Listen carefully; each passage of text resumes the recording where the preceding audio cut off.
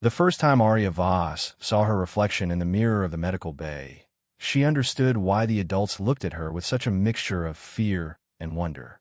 The marks that traced along her arms like living circuitry pulsed with a soft blue-white light, brightening when she was excited or stressed, dimming when she slept. They weren't tattoos or scars.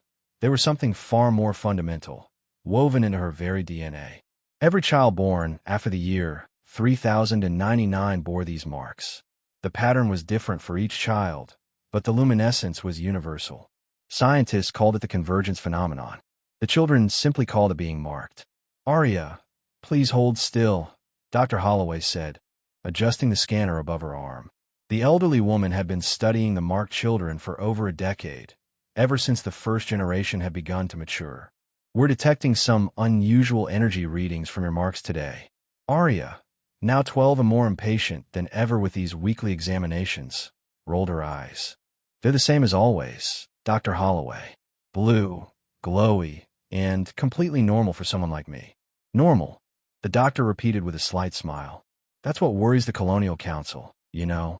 How quickly you children have adapted to something that should be impossible." The truth was, the marks were only the visible manifestation of something far more profound. Every marked child could feel the network, a vast, pulsing consciousness that seemed to span across star systems. Adults couldn't access it, couldn't even detect it with their most sophisticated instruments. But for Arya and her generation, it was as natural as breathing.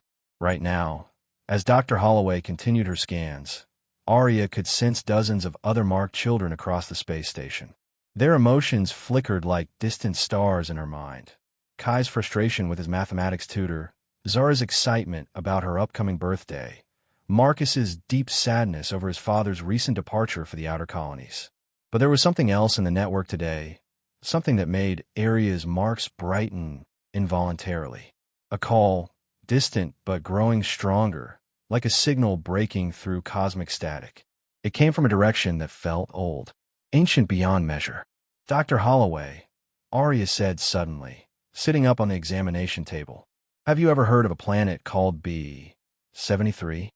The doctor's scanner slipped from her hands, clattering to the floor. Her face went pale. "Where did you hear that designation?" I don't know. It just came to me." Arya's marks were pulsing more rapidly now, and she could feel the call growing stronger. "It's important, isn't it?" Dr. Holloway was already moving toward her communication device. "I need to contact your father immediately." Commander Daniel Voss stood on the bridge of the UES Meridian, watching the slow dance of cargo ships around Haven Station.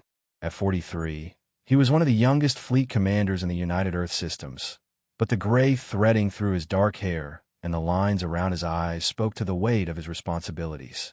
He commanded a crew of 300 across a ship that was part exploration vessel, part military deterrent, and part diplomatic embassy.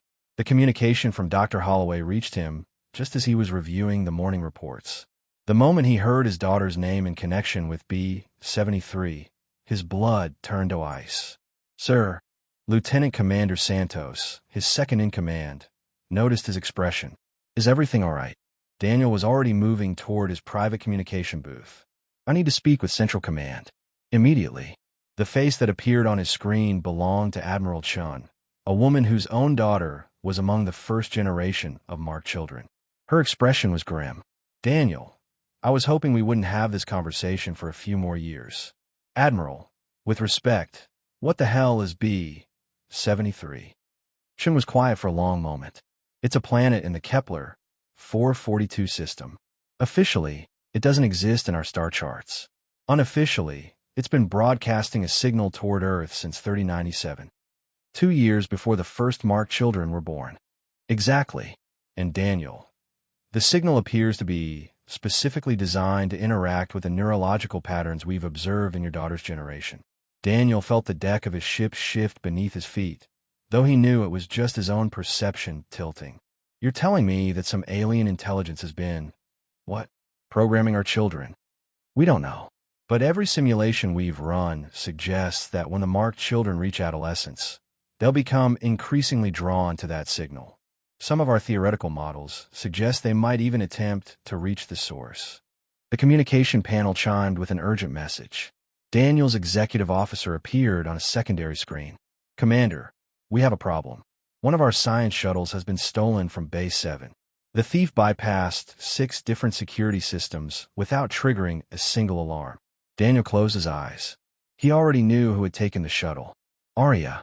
6 hours earlier, while Dr. Holloway was still running her tests, Arya had felt the call crescendo into something impossible to ignore.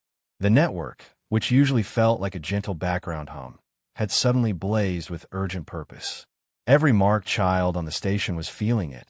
She could sense their confusion and fear rippling through the shared consciousness. But Arya was the only one who understood what it meant. The knowledge had flooded into her mind like water through a broken dam. Coordinates, navigational data, ship schematics, security protocols. Information that no 12-year-old should possess, delivered through channels that shouldn't exist. She had to reach B-73. Not eventually, not when the adults decided it was safe now. The hardest part hadn't been stealing the shuttle.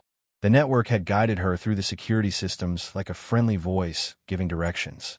The hardest part had been leaving without saying goodbye to her father. Now, 3 hours into her journey through hyperspace, Arya sat in the pilot's seat of the science vessel Curiosity and tried not to think about how angry he would be. The ship was designed for a crew of 8, but the network had downloaded all the necessary operational knowledge directly into her consciousness. She understood every system, every control, as if she'd been flying starships her entire life. The marks on her arms had changed, too. The blue-white glow had deepened to a rich azure, and new patterns were emerging, spirals and geometric shapes that seemed to shift and flow like living text. Through the network, she could sense other marked children across human space. They were all feeling the call now, though none as strongly as she was. Some were fighting against it, trying to maintain their connection to their families and the familiar world of human civilization. Others were already making their own preparations to follow. Arya was just the first. The ship's communication system activated automatically, displaying an incoming transmission from the U.S. Meridian. Her father's face appeared on the screen, and she could see the mixture of fear, anger, and love in his expression. "Arya, this is Commander Voss. Please respond." She hesitated, her hand hovering over the communication controls. The network whispered that she could simply ignore the transmission, continue on her path without the complications of explanation. But this was her father, and despite everything that was happening to her, despite the fundamental changes in her very nature, she still loved him. "Hi, Dad." The relief on his face was immediate and overwhelming. "Arya, thank God. Are you hurt? Is the ship functioning properly?" "I'm fine. The ship is fine. I know you're probably really angry." "I'm not angry," he said, though she could hear the tension in his voice. "I'm concerned. Dr. Holloway told me about your question regarding B-73. Arya, there are things about that planet that you don't understand. Things that could be dangerous." Through the network, Arya could sense her father's emotions even across the vast distance between them. His fear was genuine, but there was something else.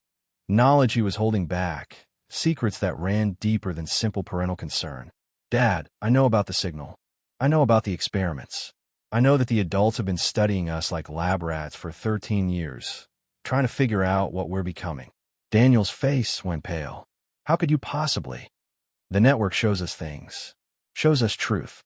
And the truth is that humanity is changing, whether the adults want it to or not. The children born after me, they're going to be even more connected than I am. Eventually, there won't be any unmarked humans left. Arya, please, just stop the ship and wait for me to reach you. We can talk about this, figure it out together." Arya looked at the navigation display. Still 17 hours to B-73. She could sense her father's ship already in pursuit, but the Meridian was a military vessel, built for combat and diplomacy rather than speed. She would reach the planet at least 6 hours before he could catch up to her. "I can't stop, Dad. The call is too strong. But I want you to know that I'm not running away from you. I'm running towards something. Something that might be the most important thing that's ever happened to humanity." She closed the communication channel and felt the familiar sensation of hyperspace around her, the universe folding and unfolding in patterns that her enhanced consciousness could almost comprehend. The U.S. Meridian dropped out of hyperspace with the controlled violence of a ship, pushed to its operational limits. Commander Voss had ordered maximum speed, much to the concern of his chief engineer, who had warned that prolonged high-velocity jumps could damage the ship's quantum cores. Daniel didn't care about the engineering concerns. His daughter was racing toward a planet that had been classified at the highest levels of military secrecy, guided by alien signals that had been manipulating human genetics for over a decade. Status report, he called as he strode onto the bridge. Approximately 18 hours behind the stolen shuttle, Lieutenant Commander Santos reported. However, our enhanced engines should allow us to close the gap to about 6 hours by the time both ships reach the B-73 system. Sir, the communications officer interrupted. We're receiving a priority transmission from Admiral Chun. The Admiral's face appeared on the main screen, and Daniel could see that she was not alone.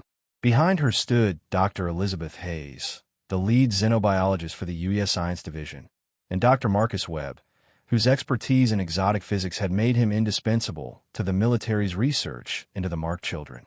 Commander Voss, Admiral Chin began, we need to brief you on the full scope of what your daughter is flying into. Dr. Hayes stepped forward. Daniel, B-73 isn't just broadcasting a signal. According to our deep space telescopes, the planet itself is responding to the approach of Mark children. We've detected massive energy signatures emerging from the surface, patterns that suggest some kind of planetary scale consciousness. Are you telling me the planet is alive? More than alive, Dr. Webb added. Our analysis suggests that B-73 is a single, vast organism, a living world that has been waiting for exactly this moment. The arrival of the first generation of humanity's transformed children. Daniel felt a chill run down his spine. What does it want with them? We don't know, Admiral Chen admitted. But our projections suggest that when Arya reaches B-73, the contact will fundamentally alter not just her, but potentially every marked child across human space. The network that connects them appears to be preparing for some kind of upgrade. On the tactical display, Daniel could see the blinking that represented his daughter's stolen shuttle, racing toward a destination that might change the nature of humanity itself. The choice before him was stark: trust in his daughter's transformed instincts, or use the Meridian's superior weapons to stop her by force. Commander, Santos said quietly, we could disable her ship with a targeted EMP burst. Bring her home safely. Daniel stared at the display, thinking of the 12-year-old girl who had learned to fly a starship through some impossible alien download, who could sense the emotions of other children across light years of space, whose skin glowed with patterns that seemed to contain their own form of consciousness. No, he said finally. We follow, but we don't interfere unless she's in immediate danger. Sir, with respect, how will we know if she's in danger from something we don't understand? Daniel didn't have an answer for that. Arya dropped out of hyperspace at the edge of the Kepler 442 system and immediately understood that everything the adults thought they knew about B-73 was wrong. The planet wasn't just alive, it was ancient beyond human comprehension, and it had been calling to her species across the vast distances of space for millennia. The signal that had begun broadcasting toward Earth in 3097 was merely the most recent attempt in a patient campaign that stretched back to the dawn of human civilization. Through the network, Arya could now perceive the full scope of the entity that was B-73.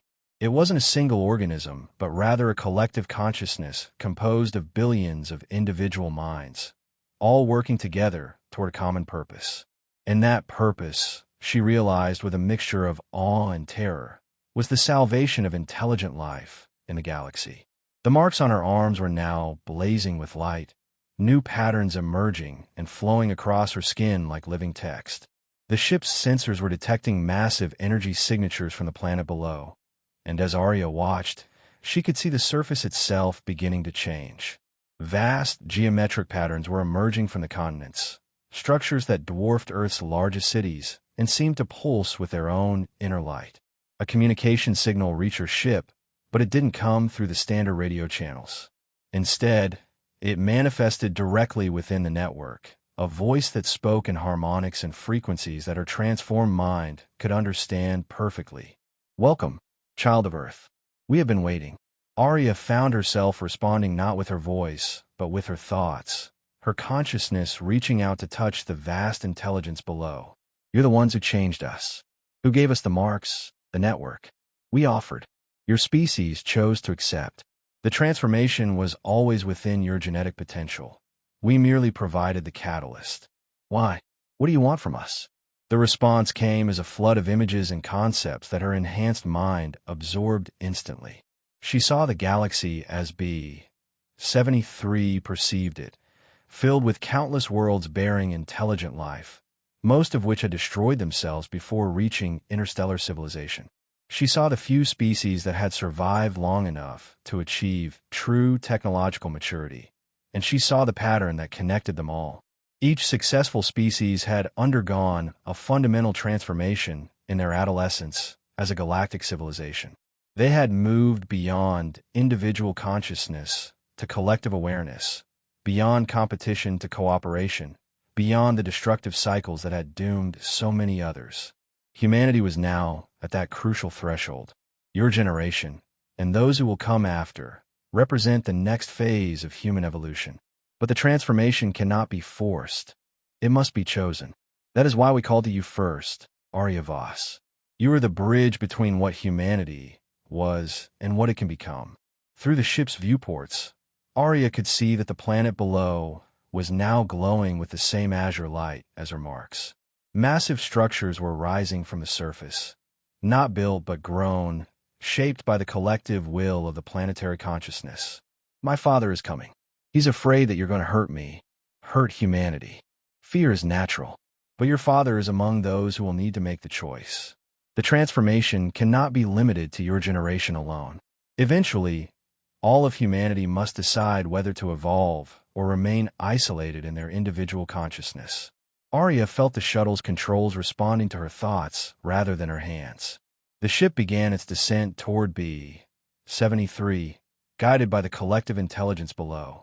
As they entered the atmosphere, she could see that the geometric patterns on the surface were actually vast organic computers, living cities that pulsed with thought and purpose.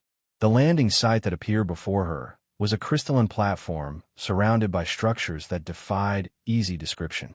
They seemed to shift between architectural styles, sometimes resembling human buildings, sometimes taking forms that spoke to aesthetic sensibilities she didn't know she possessed.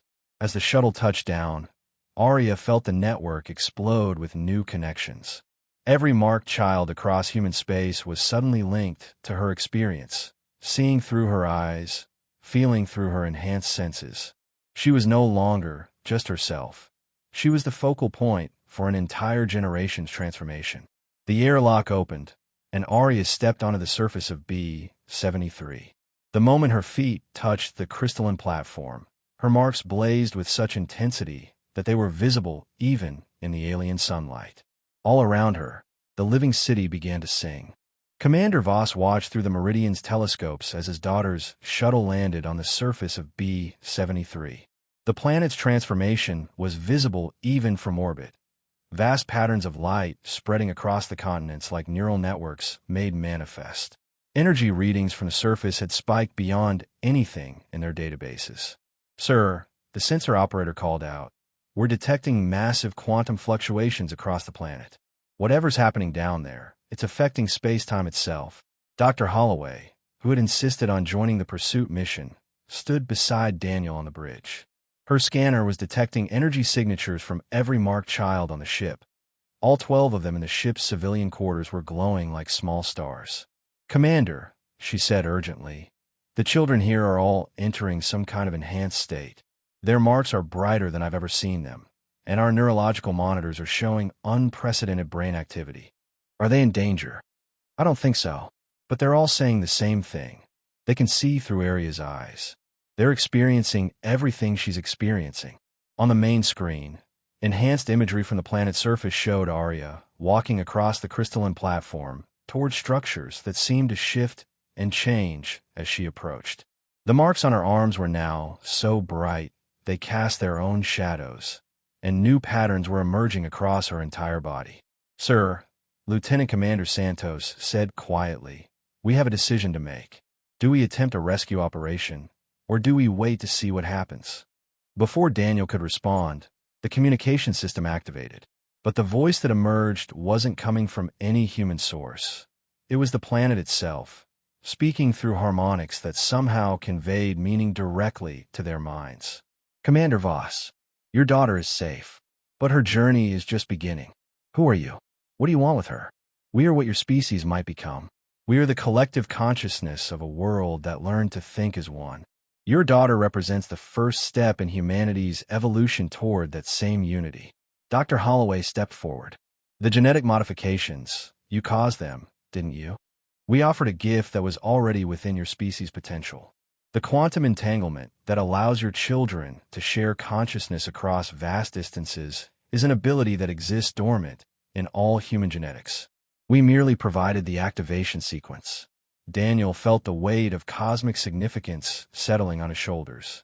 And if we refuse this evolution, then humanity will follow the path of most species who reach this threshold. Isolation, conflict, eventual extinction. The universe is too vast and too dangerous for individual consciousness to navigate alone. Only collective intelligence can survive the challenges ahead. On the screen, they could see Arya approaching what appeared to be a massive organic computer, its surface covered in patterns that matched the marks on her skin. As she reached out to touch it, her entire body began to glow with the same azure light. Dad. Her voice came through the communication system, but it sounded different, richer, harmonized with frequencies that spoke to something deeper than mere hearing. I can see it all now. Past, present, future. The choice that humanity has to make. Arya, are you still? She laughed, and the sound carried notes of alien music that was somehow still unmistakably his daughter. I'm more me than I've ever been, but I'm also connected to something larger. Dad, you need to come down here. You need to see what I'm seeing. Dr. Holloway was studying her scanner readings. Commander, the quantum signature from the planet is now resonating with the marked children aboard her ship. Whatever transformation Arya is undergoing, it's being shared across the network. And the children who aren't marked? No apparent effect, which suggests that this evolution is specifically targeted at the enhanced generation. Daniel stared at the planet below, where his daughter was undergoing a transformation that might represent the next step in human evolution. Every instinct as a father told him to bring her home, to protect her from forces beyond her understanding. But every instinct as a military commander told him that this might be the most important moment in human history. Prepare a shuttle, he said finally. I'm going down there. Sir, that could be extremely dangerous. My daughter is down there alone, communicating with an alien intelligence that claims to want to transform our entire species. I'm not going to observe this from orbit. As the shuttle bay prepared for launch, Daniel found himself thinking about the implications of what was happening. If B-73 was telling the truth, then humanity was facing a choice between evolution and extinction. And somehow, his 12-year-old daughter had become the focal point for that decision. Daniel's shuttle descended through B-73's atmosphere to find a world that defied every assumption about planetary development. The surface was covered in vast organic networks that pulsed with bioluminescent patterns, structures that seemed to grow and reshape themselves as he watched. It was like flying over the surface of a living brain. The landing platform, where Arya waited, was a marvel of crystalline engineering that seemed to anticipate his arrival. As his shuttle touched down, he could see his daughter standing at the center of a circle of organic pillars, her entire body now radiating the same azure light that covered the planet. But she wasn't alone. Surrounding her were translucent figures, not quite solid, not quite energy. They appear to be representatives of B-73's collective consciousness, each one unique, yet obviously part of a greater whole. Their forms shifted between humanoid shapes and geometric patterns that hurt to look at directly. Arya, Daniel called as he stepped out of the shuttle. She turned toward him, and he could see that her eyes now held depths that belonged to someone far older than 12 years. The marks on her skin had evolved into intricate patterns that seemed to contain their own form of writing, flowing and changing as she moved. Dad, she said, and her voice carried harmonics that resonated in his chest. I'm so glad you came. You need to understand what they're offering us. One of the translucent figures approached him, and when it spoke, The words formed directly in his mind rather than through his ears. Commander Voss, your species stands at the threshold of transcendence. The choice before you is not whether to accept our gift, but whether to survive the challenges ahead. Challenges. The figure gestured, and suddenly Daniel could see beyond the planet's surface, beyond the local star system, to the vast structure of the galaxy itself. His perception expanded impossibly, showing him phenomena that his unenhanced mind could barely process. The galaxy is entering a period of instability. The dark matter currents that maintain stellar formation are shifting. Within 3 centuries, most star systems will become uninhabitable. Only species that can exist as collective consciousness can navigate the quantum dimensions necessary for survival. Arya took his hand, and through that contact he could suddenly sense the network, not just the connection between marked children, but the vast web of consciousness that linked every living thing on B73.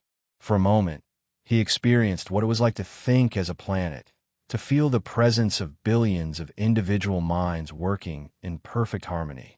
It was overwhelming and beautiful and terrifying all at once. This is what they're offering us, Arya said. Not just for the marked children, but eventually for all of humanity. The chance to become more than we are. And if we refuse? The translucent figure showed him another vision. Earth isolated and alone as the galaxy shifted around it.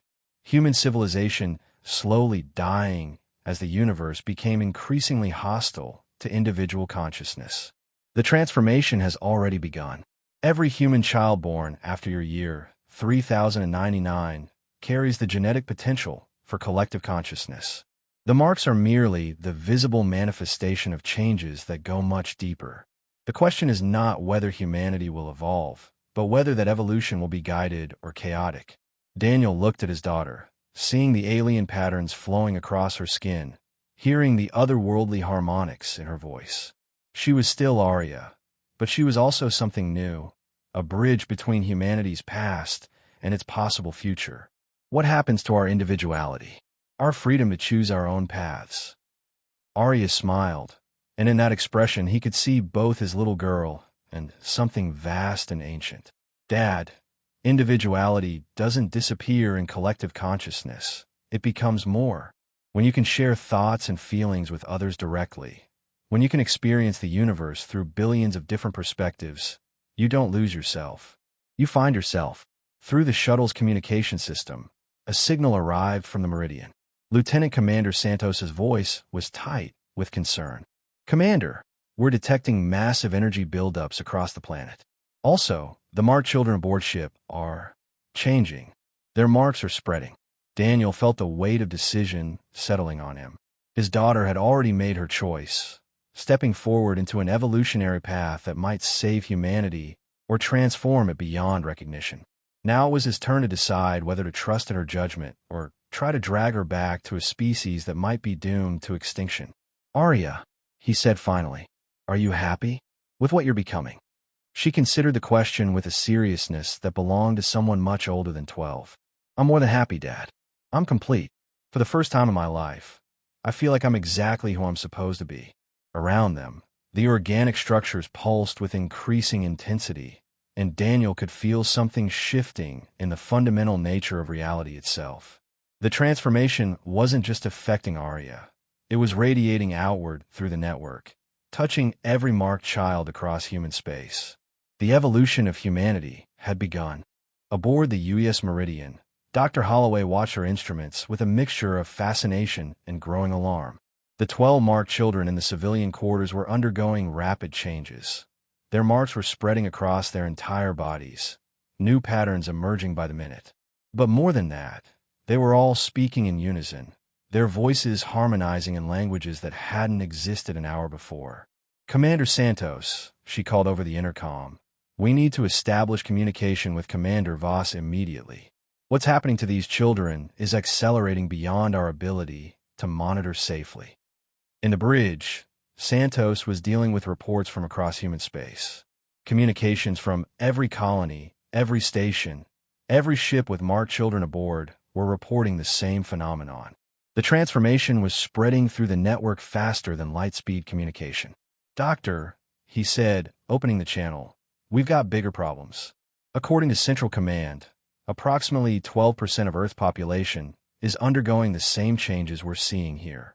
Every marked child, everywhere, simultaneously.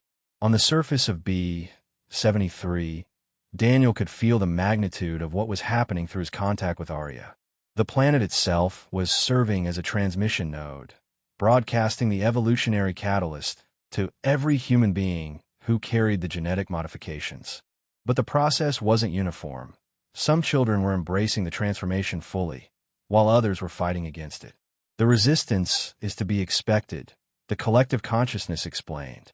Evolution is always traumatic, but the process cannot be stopped now that it has begun. The question is whether it will proceed smoothly or chaotically. Can you slow it down? Daniel asked. Give humanity time to adjust. Time is the one resource we lack. The galactic instabilities we showed you are already beginning. Your species must be ready within the next century, or the opportunity for transcendence will be lost forever. Arya squeezed his hand, and through that contact he could sense the experiences of marked children across human space. In New Geneva, a 13-year-old named Marcus was helping his terrified parents understand that he was still their son, despite the patterns of light flowing across his skin. On Mars Station, twins named Lila and Sam were using their enhanced consciousness to solve engineering problems that had baffled adult scientists for years. In the outer colonies, groups of marked children were working together to create art forms that spoke to aesthetic sensibilities that didn't exist before their transformation. But there was also fear, confusion, and resistance. Adult populations struggling to understand children who could communicate without speaking, who could perceive dimensions of reality that remained invisible to unenhanced minds.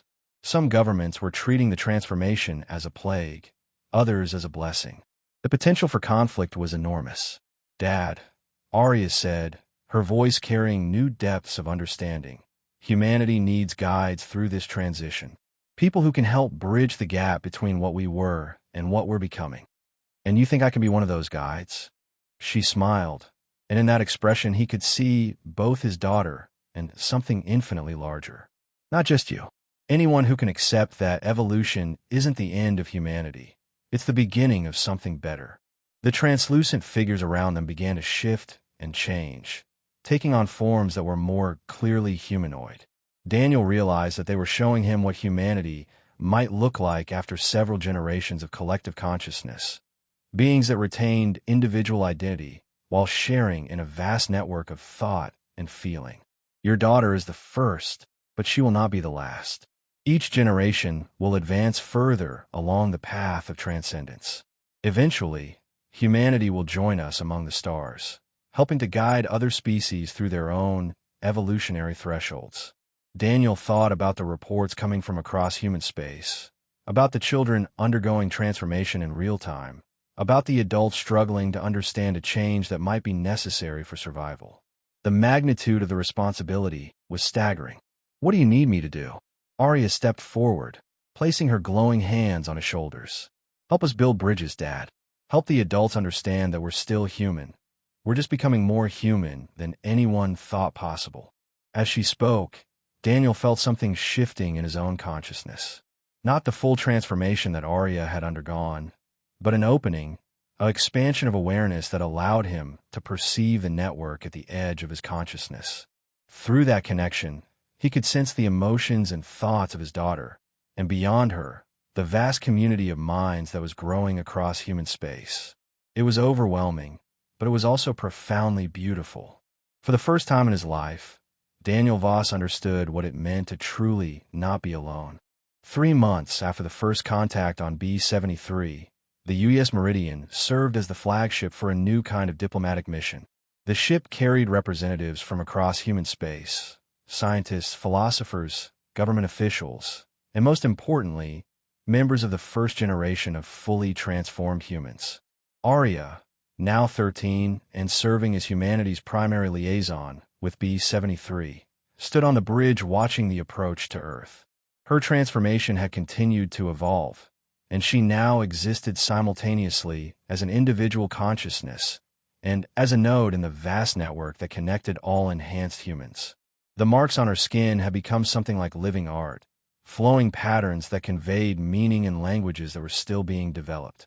"Dad," she said, her voice carrying harmonics that spoke directly to the enhanced awareness he'd been developing. "The Earth governments are still afraid. I can sense their thoughts through the network. They're worried about losing control, about becoming obsolete." Daniel nodded.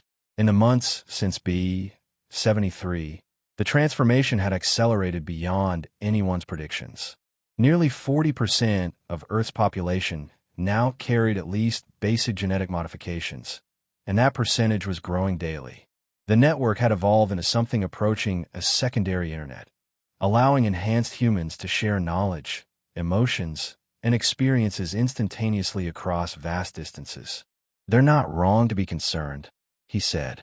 "Traditional government, traditional economics, traditional social structures, none of them make much sense when people can share thoughts directly." Dr. Holloway, who had undergone her own gradual enhancement to better study the transformed children, approached them with her latest reports. "The good news is that crime rates in enhanced populations have dropped to nearly zero. It's difficult to commit acts of violence when you can feel your victim's pain directly. The challenging news is that productivity in traditional economic models has become meaningless when enhanced groups can solve problems collaboratively at speeds we're still struggling to measure." Through the viewports, Earth grew larger, its blue-green surface now marked with the geometric patterns that indicated areas of high enhanced population density. The cities were beginning to change as well, growing structures that looked more organic than architectural, buildings that responded to the collective needs of their inhabitants. "The real question," Arias said, "is whether humanity is ready to accept that the old ways of organizing society simply won't work anymore. We need new models, new ways of thinking about cooperation and resource distribution." Admiral Chen's face appeared on the communication screen from Earth Central Command. Behind her, Daniel could see the controlled chaos of a command center trying to manage a species-wide transformation. "Commander Voss, the Earth Council is ready to meet with your delegation. But I have to warn you, there's significant resistance to the idea of enhanced humans serving in leadership roles. Some member nations are talking about quarantine measures." Arya stepped forward, her marks pulsing with patterns that conveyed calm and reassurance even to unenhanced observers. "Admiral, respectfully, quarantine won't work. The transformation isn't a disease that can be contained. It's an evolutionary step that's already in motion.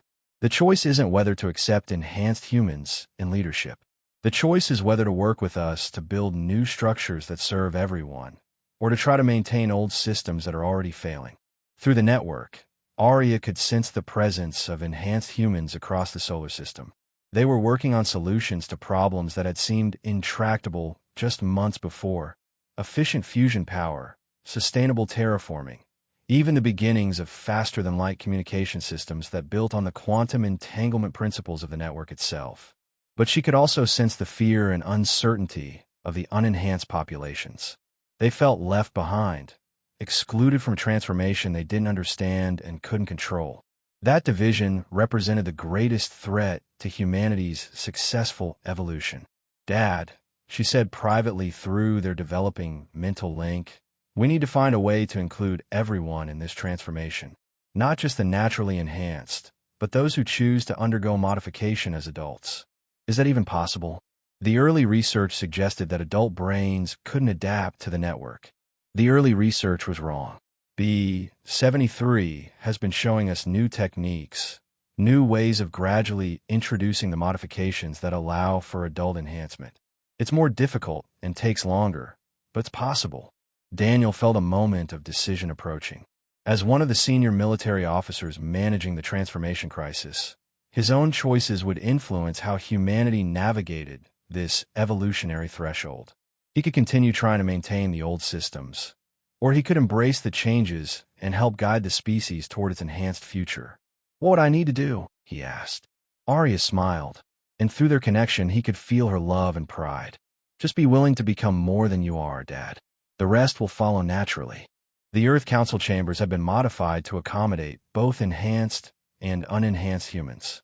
The traditional circular arrangement of seats remained, but new crystalline structures have been grown throughout the space. living computers that could display the network's communications in forms that unenhanced minds could perceive. President Martinez of the Western Federation sat across from Arya, her expression a mixture of skepticism and curiosity. At 13, Arya was the youngest person ever to address the Earth Council, but the patterns flowing across her skin and the depth of knowledge in her enhanced consciousness made it clear that age was becoming an increasingly meaningless measure of capability. Ms. Voss, the president began, your proposal essentially calls for the restructuring of all human civilization. You're asking us to abandon economic, political, and social systems that have served humanity for thousands of years. Respectfully, Madam President, Arya replied, her voice carrying harmonics that somehow conveyed sincerity even to unenhanced ears. Those systems served humanity when we were isolated individuals competing for limited resources. But we're not isolated anymore, and resource scarcity is rapidly becoming a problem we can solve through collective intelligence. Dr. Webb, now serving as the chief scientific advisor to the Council, activated a holographic display showing resource distribution across human space. The enhanced populations have already demonstrated capabilities that exceed our previous models. Collaborative problem-solving groups have developed fusion reactors with 97% efficiency, atmosphere processors that can terraform dead worlds in decades rather than centuries, and manufacturing systems that produce no-waste products. Chancellor Singh of the Asian Alliance leaned forward. But at what cost? These enhanced children barely interact with their unenhanced family members anymore. They're forming their own communities, their own cultures. We're looking at the effective end of human society as we know it. Through the network, Arya could sense the emotions and thoughts of enhanced humans around the world who were monitoring this discussion. There was frustration at the continued misunderstanding, but also deep compassion for the fear that drove the resistance to change. Chancellor, she said gently, enhanced humans aren't abandoning their families or their cultures. We're expanding them. When you can share thoughts and feelings directly, when you can experience the world through thousands of different perspectives, you don't lose your individual identity. You discover how much larger that identity can be. Commander Voss, sitting in the observer section, felt the subtle mental touch of his daughter's consciousness. Through their developing link, he could sense her patient determination to help the Council understand that humanity was facing a choice between evolution and stagnation. The question before us, Arya continued, isn't whether the transformation will continue. It's already happening, and it's accelerating. The question is whether we can guide that transformation in ways that benefit everyone, or whether we'll allow fear to divide us into enhanced and unenhanced populations that can no longer communicate effectively. President Martinez consulted her notes. Your proposal mentions adult enhancement procedures, but our scientific advisors have consistently reported that adult brains cannot adapt to the network modifications. Dr. Holloway stood to address the Council. Madam President, that assessment was based on incomplete data. Working with the B-73 Collective, we've developed new techniques that allow for gradual enhancement of adult nervous systems. The process takes approximately 6 months and involves some discomfort, but it's entirely possible for adults to join the network. The chamber erupted in whispered conversations as the implications of this revelation sank in. Enhanced humans hadn't just evolved beyond the rest of humanity. They were offering to bring everyone else along. The enhancement process is entirely voluntary, Arya added, and those who choose not to undergo modification will not be excluded from enhanced society. The network allows us to communicate with unenhanced minds more effectively than ever before, not less. Chancellor Singh raised a hand for silence. Let's assume, for the sake of argument, that we accept your proposal. What exactly would this new civilization look like? Arya smiled, and the crystalline structures around the chamber began to glow with soft patterns of light. Through those displays, she showed the Council visions of possible futures, cities that grew rather than being built, responding organically to the needs of their inhabitants, manufacturing systems that created products by assembling matter at the molecular level, exploration vessels crewed by collective consciousnesses that could navigate dimensions beyond normal space-time. But more than the technology, she showed them the social possibilities. Crime rates approaching zero because violence became impossible when you could feel your victim's pain. Resource conflicts eliminated because enhanced groups could develop abundance through collective problem-solving. Arts and culture expanded beyond individual imagination when thousands of minds could collaborate on creative projects. This is what we're offering, she said. Not the end of humanity, but the beginning of something better. A civilization based on cooperation rather than competition, abundance rather than scarcity, understanding rather than fear. The Earth Council chamber fell silent as the representatives absorbed the scope of what was being proposed. Finally, President Martinez spoke. Ms. Voss, speaking for myself alone, I have to ask, if you can solve all these problems through collective consciousness, what do you need from us? Why not simply proceed with your enhanced civilization and leave the rest of us behind? Aria's expression grew sad, and through the network, enhanced humans around the world felt her emotion ripple through their shared consciousness. Because leaving people behind isn't evolution, Madam President. It's just another form of extinction. True advancement means bringing everyone forward together, at their own pace and in their own way. That's what makes us human, not our individual limitations, but our collective refusal to abandon each other. The debates continued for 6 weeks. Representatives from every human colony, every space station, every outpost in the solar system joined the discussions, either in person or through quantum communication links. The enhanced humans participated through the network, offering real-time analysis and collaborative input that often resolved complex questions in minutes rather than days. But the fundamental question remained: was humanity ready to consciously guide its own evolution? Commander Voss found himself serving as an unofficial mediator between the enhanced and unenhanced populations. His gradual development of network sensitivity, combined with his military background and his role as Aria's father, made him uniquely positioned to translate between the two groups.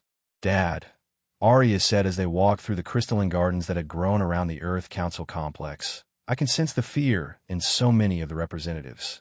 They're not just afraid of change. They're afraid of becoming irrelevant. Can you blame them? Daniel replied. From their perspective, enhanced humans are solving problems they've struggled with for generations, creating technologies they don't understand, and forming social structures that make traditional government obsolete. It's threatening. Aria paused beside a structure that looked like living crystal shaped into flowing, organic forms. The enhanced humans had grown it in just 3 days, using techniques that combined genetic engineering, molecular assembly, and what could only be called applied consciousness. To unenhanced observers, it might as well have been magic. But that's exactly why we need to move carefully, she said. Evolution that leaves people behind isn't really evolution at all. It's just another form of extinction. Through the network, they could both sense the global conversation taking place among enhanced humans. Thousands of minds working together to model possible futures, to develop strategies for peaceful transition, to create solutions that would benefit both enhanced and unenhanced populations. The conclusion that was emerging from that vast collective intelligence was both encouraging and sobering. Humanity could successfully navigate this evolutionary transition, but only if the enhanced populations remained committed to bringing everyone forward together. The vote is tomorrow, Daniel said. What happens if the council decides against voluntary enhancement? What if they try to restrict or control the process? Aria was quiet for a moment, her marks pulsing with patterns that reflected deep thought. Then we'll respect their decision and find other ways to help humanity evolve.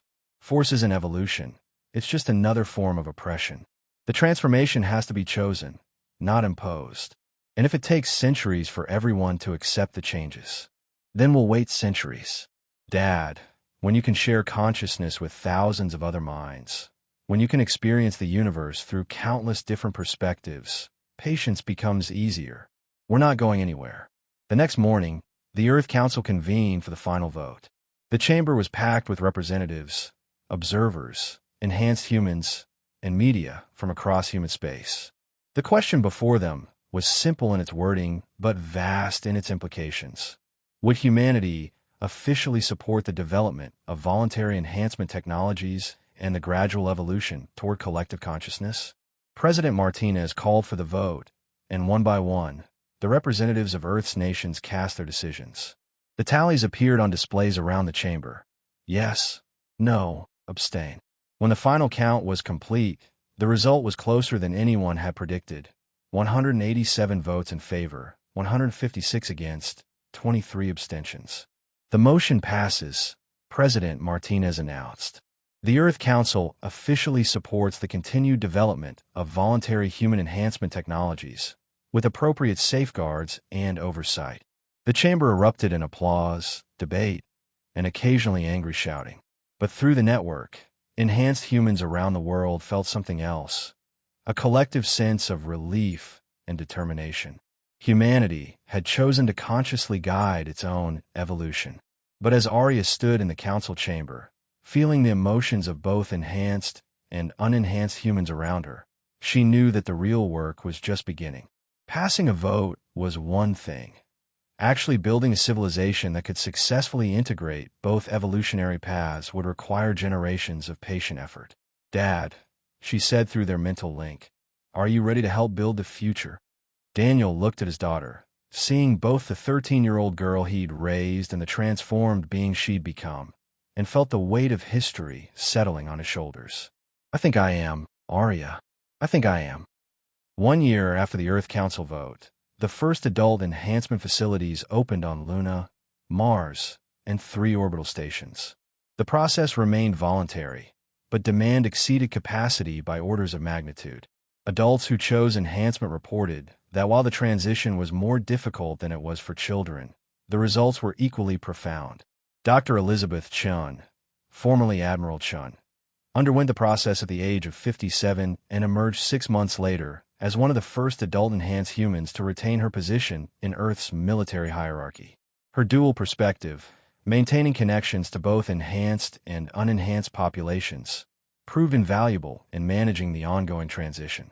"The key insight," she explained to a gathering of military commanders, "is that enhanced consciousness doesn't replace individual judgment. It expands it. When you can access the collective knowledge and experience of thousands of other minds, you make better decisions, not different ones." Commander Voss had postponed his own enhancement to focus on managing the complex logistics of humanity's transformation. The Meridian now served as a mobile coordination center, traveling between colonies to help establish enhancement facilities and mediate conflicts between enhanced and unenhanced populations. But the real changes were happening in the new settlements that had emerged around enhanced communities. These weren't traditional cities, but rather organic structures that grew in response to their inhabitants' needs.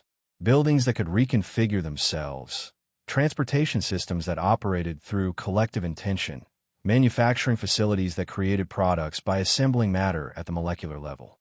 Arya, now 14 and serving as humanity's primary liaison with the B-73 Collective, had evolved far beyond her original transformation.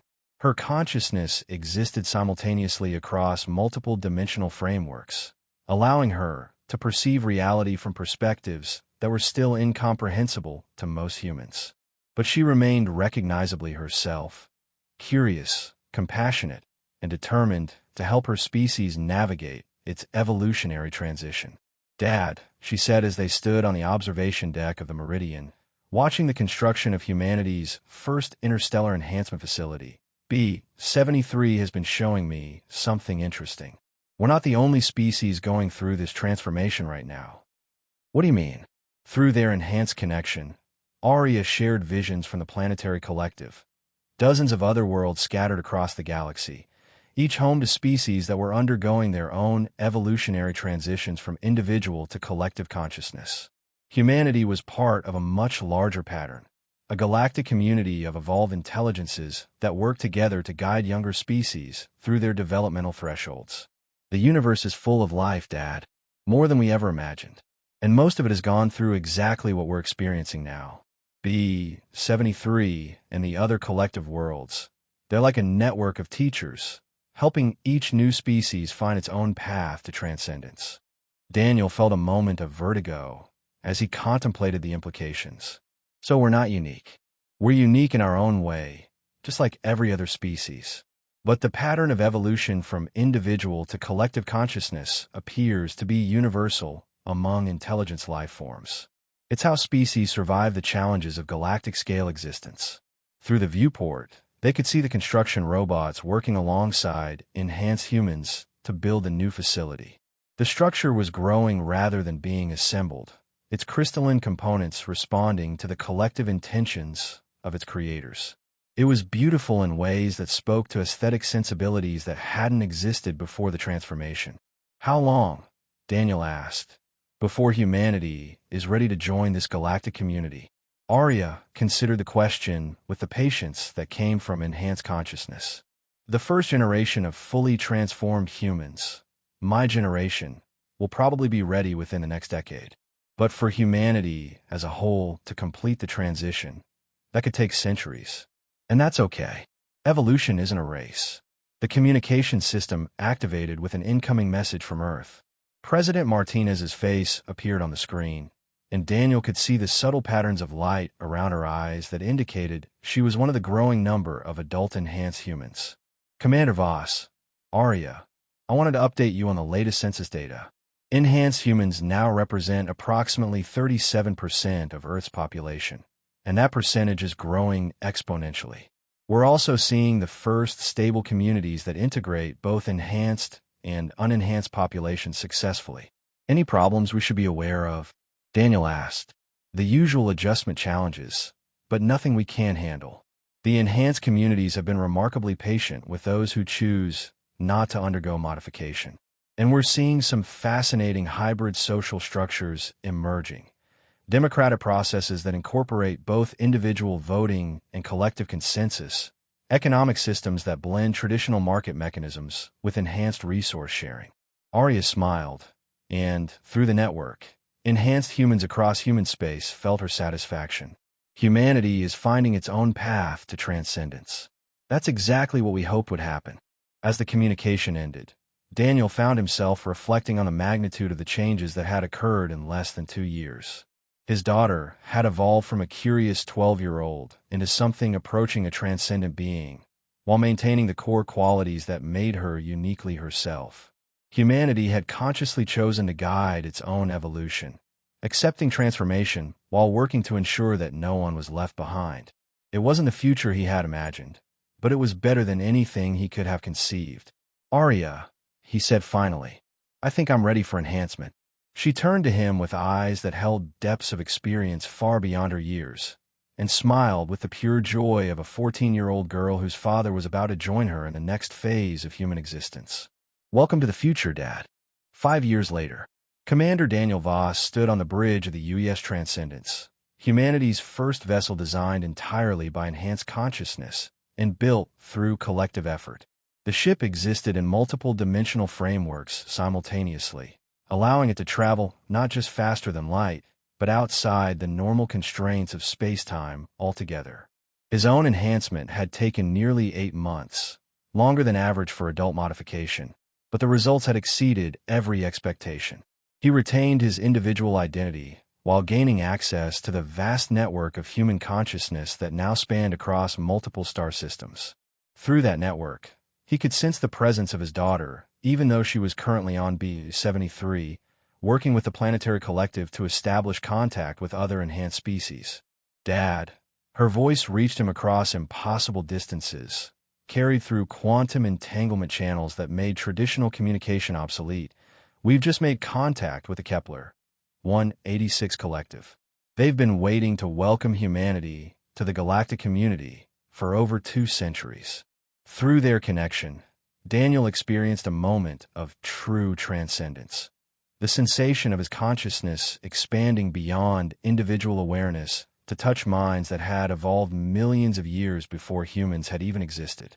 The galactic community wasn't just a collection of species. It was a vast, collaborative intelligence working to nurture the development of life throughout the universe. Earth itself had become something unprecedented in human history, a world where enhanced and unenhanced humans lived in genuine partnership, each group contributing its unique capabilities to the collective good. The transformation hadn't eliminated human nature. It had fulfilled it, allowing the species to become what it had always had the potential to be. Status report. Daniel called to his bridge crew. a mixture of enhanced humans and artificial intelligences that had themselves evolved through contact with the network.